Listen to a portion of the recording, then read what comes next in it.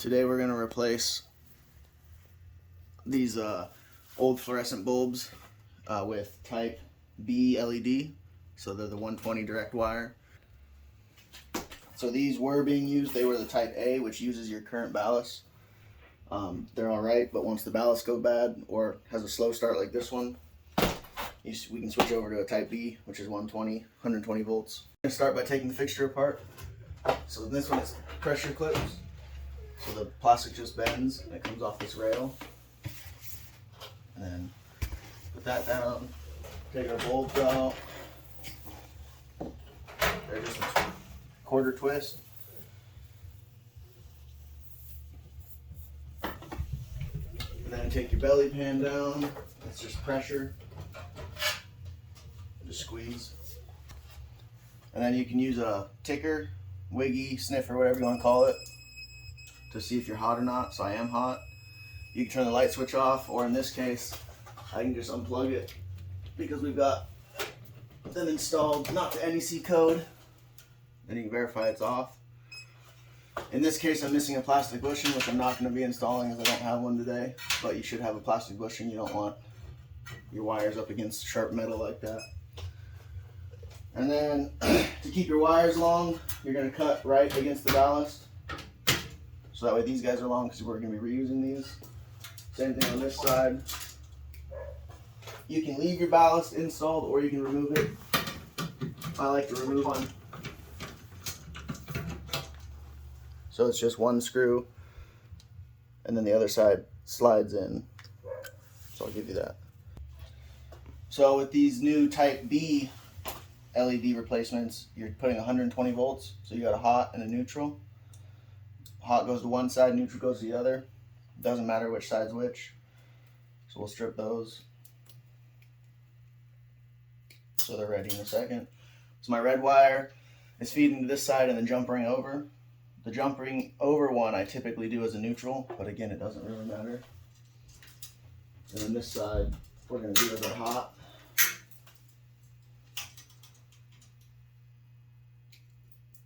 I guess I can turn my light on it.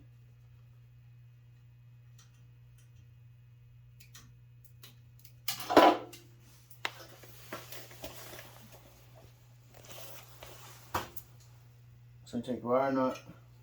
Like I said, I'm doing this with my hot side, which is black.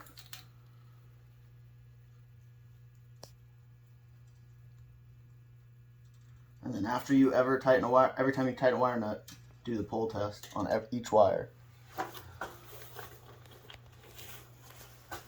And then our neutral. Some people argue that you need to twist them together and this and that, and yeah, it's a good idea, but if you do your tug test, you're good. So there's that. If you give me the belly pan. So now we just, alright, wait, is it ready? Alright, so now we just reinstall. You want all your wires and everything to lay in your belly pan, and you don't want to pinch your wires. So while installing, I had the wire pop out of the tombstone. So if you want to give me the camera. So here's our tombstone, and the lighting's bad here, but so you see how this white wire slides into there. It's a pressure fit. I'm gonna go ahead and take that red wire that popped out and go ahead and put it back in there. And if this would have happened after I put the fixture in, because it's the neutral side, it wouldn't have mattered. You just wouldn't have had your lights working. There you go. Push it back. Oh, that was a bad video. Anyways, you push it back in. Make sure it's tight. So I'm just doing a little bit of wire management here, so it'll fit in my belly pan better. So then you put your belly pan up. And when you do this, you want to make sure none of your wires are poking out so you don't cause a short. Again, sharp metal pieces. So you want to look on both sides. Like right there's one.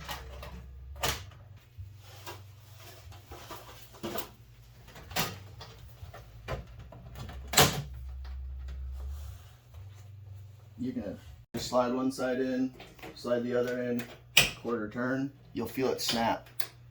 See that snap?